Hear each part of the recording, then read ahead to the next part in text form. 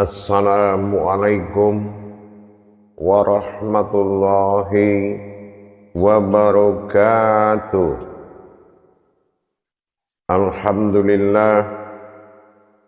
Alhamdulillahi rabbil alamin. Assalatu wassalamu ala asrafil anbiya'i wal mursalin Sayyidina wa maulana Muhammadin. Ashhadu an la ilaha illallahul malikul haqqul mubin wa ashhadu anna Muhammadan abduhu wa rasuluhu was-sadiqul wa'dal amin. Allahumma sholli wa sallim wa barik wa karim ahzanul nabil karim ihdinil lazi min jalalika wa innal lazi min jamalika wa innahu min kitabika wa tahirin wal mujahidina amma ba'du ibadullah wa ittaqullah.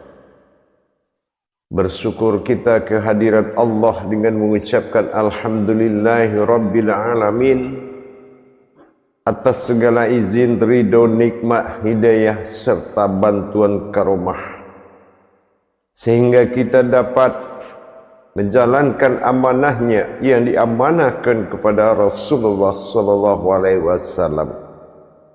Bertolabul ilmi bagi setiap yang telah mengaku muslim. Tolabul ilmi fardidatu ala kulli muslim. Setelah kita mengaku muslim, wajiblah kita belajar dan menuntut ilmu. Karena dengan belajar, menuntut ilmu, maka kita terlepas kepada persekutuan-persekutuan tauhid kepada Allah. Menghalalkan segala cara. Inilah kebenaran dari belajar, tentunya dengan diri yang hak, guru yang hak, dan kajian yang hak. Bersalam kita tidak akan pernah kita lupakan. Marilah sama-sama kita sampaikan kepada junjungan kita Nabi Allah, Nabi al-akhirul zaman, Rasulullah Muhammad sallallahu alaihi wasallam.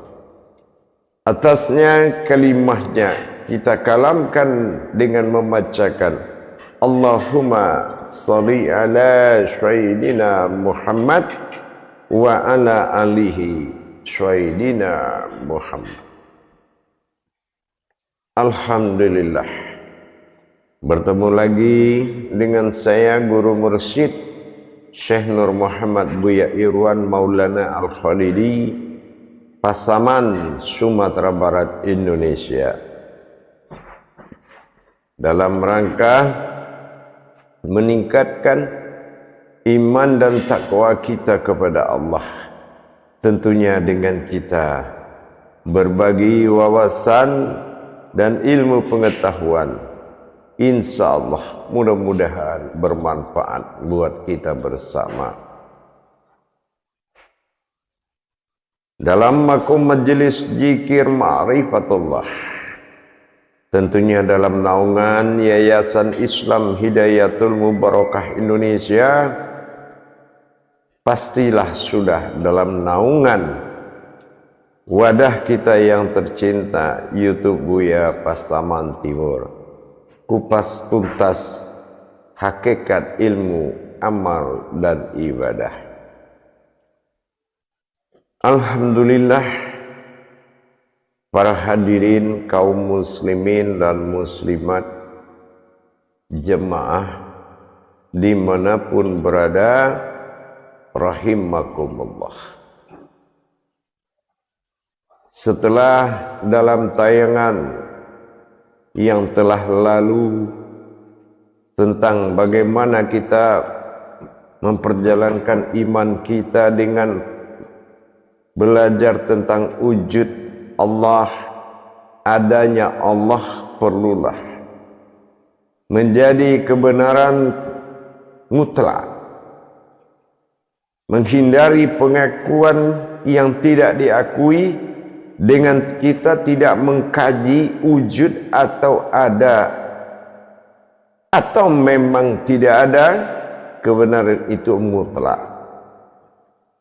Kita telah pernah belajar di tayangan-tayangan sebelumnya terhadap wujud dan maujud.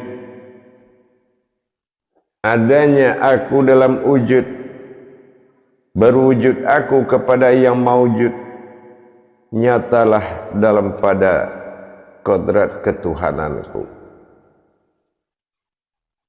Kalau berbicara tentang aku dan ketuhananku, maka datanglah kenyataanku dalam maujud. Itu pun sudah kita jabarkan.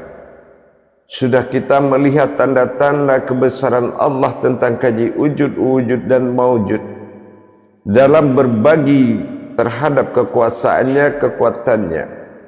Pada aftar alif yang berlimpah kepada Rabbil Alamin, terbuka sebagai alam dalam kodrat Rabbil Alamin, kekuasaan yang meliputi sekalian alam.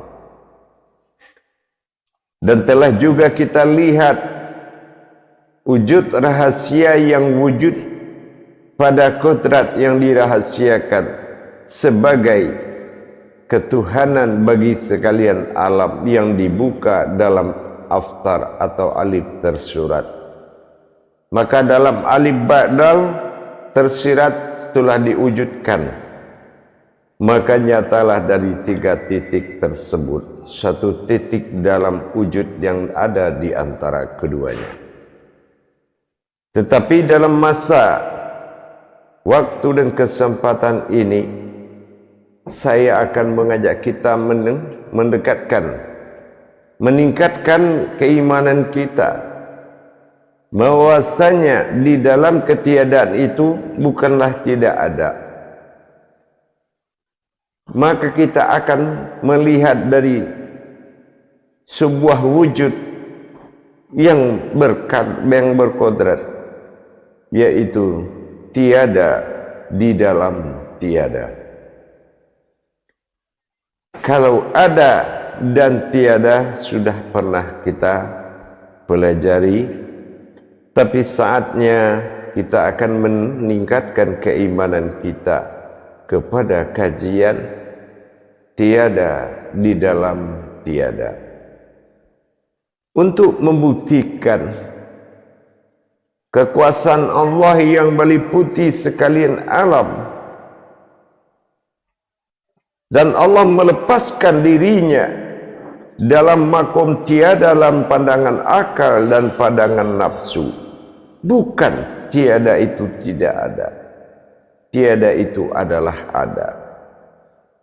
Tetapi dari kodrat tiada itu sendiri, di dalam yang tiada, kita akan melihat arah dari wujud yang dijadikan tiada di dalam tiada, sejauh mana maksud daripada kata tiada tersebut. Sebagaimana yang kita pahami, tiada yang dimaksud wujud dari ketuhanan usul, berkodrat kepada sifat kabir bagi Allah, yang meliputi hayat yang tiada yang pernah dikaji, adalah wujud kabir, yang mana kabir adalah suatu tajalli batin dari tiada. Dengan bersifatnya sebuah kabir terhadap sifat kabir itu sendiri, yang menjadikan sebuah tiada yang bernama sukun dalam kodrat keumatan. Sifat kabir adalah sifat rahasia batin Allah, sebuah batin wujud Allah yang bersifat mengkabulkan. Ini ada pada posisi yang ada pada wujud yang besar. Kodratnya adalah ketuhanan yang bersifat tiada atau kabir. Batin kabir, batin yang tidak bisa dilihat, layaknya sebuah rahasia yang tinggi di dalam rahasia, sebuah batin yang menghalalkan segala yang diperbuat. Kalau memang kabir ini adalah sandaran daripada perbuatan sebuah sifat yang tiada tapi ada bernama sukun. Begitu juga kita mengimani dan belajar tentang apa yang dimaksud dengan sukun, yaitu kodrat yang tiada yang terjadi dari sebuah sifat dari kabir. Bersifatnya kabir pada sifatnya sendiri disebut dengan sukun. Sukun ini adalah shin alif doma u, yang artinya hayat itu adalah tersirat, yang kun itu adalah jadi, maka jadilah hayat yang tersirat. Ini dinamakan sukun. Sifat sukun ini berwujud kepada sifat keumatan. Dalam hal melihat kenyataan tajali daripada perbuatan hayat dan perbuatan sukun, kosong batin khabir menuju kosongnya wujud sukun. Ini menandakan dua kodrat yang bersifat ketuhanan dan keumatan. Bersifat keumatan adalah dengan sukun, leburnya hayat pada domah usin menjadi kun. Inilah yang dikatakan jadinya sir hayat yang tersirat. Diri tersirat dan wujud yang tersirat ini dikatakan dengan sifat keakuan dalam perpaduan sukun dan hayat. Sukun dan kabir apabila di dalam satu kesatuan ini disebut dengan masa a'ung, yaitu masa keakuan Allah. Keakuan Tuhan pada diri batinnya disebut dengan a'u. Apa yang dikatakan alif, apa yang dikatakan doma'u, di sini kekuasaan khabir sebagai wujud dan kekuasaan daripada sebuah doma'u adalah sebagai wujud keumatan.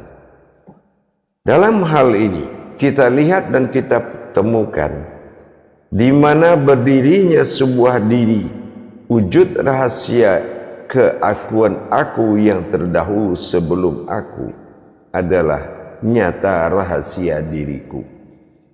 Kita temukan di dalam sebuah pernyataan kebenaran dalam solat. Allahu Akbar kabira walhamdulillahi katsira wa subhanallah bukrata wa asila. Ini yang diterjemahkan, sesungguhnya Allah itu adalah aku, kabira, dan kabir itu adalah aku, diri yang tersirat, hamdu walhamdulillah, maka nyatalah aku yang berdiri, hi hayat kasirat sir atau rahasia, diri yang rahasia. Nyatalah aku berdiri pada diriku yang rahasia. Wa subhanallah, dan itu adalah sesungguhnya aku berwujud Allah. Hibu qurantau wa asila, wujud Allah itu adalah sebuah wasilah. Wasilah artinya pada wujud alam diriku yang nyata sebagai wasilah. Artinya kembali hibu qurantau wa asila, lam alif nyata berdiri kembali pada sebuah diri jalallahu, nyata sudahlah diri jalallahu itu berwujud seperti Allah, berwujud Allah, bermaujud seperti Muhammad. Dalam hal ini nyata datanglah kebangkitan, la lam jalalah. Wasilah, la itu artinya tiada, tetapi yang ada pada itu semua perpaduan dari dua yang tiada. Sukun yang kodratnya sebagai umat dan kodrat ketuhanan kabir, maka nyatalah berwujud kabirau menjadi sebuah aku, dan akulah yang berdiri sebagai Tuhan yang nyata, ditutup dengan wasilah la, lam alif sudah terlihat, artinya lam jalalah itu sudah nyata terlihat kembali. Kita lihat dalam kehidupan, wujud dari lam jalalah bertajali kepada kehidupan. Makna dari kabir yang disebut adalah suatu hayat yang hidup. Maka kita melihat pada gejolak kepada an-nazir, alam menjadikan siang.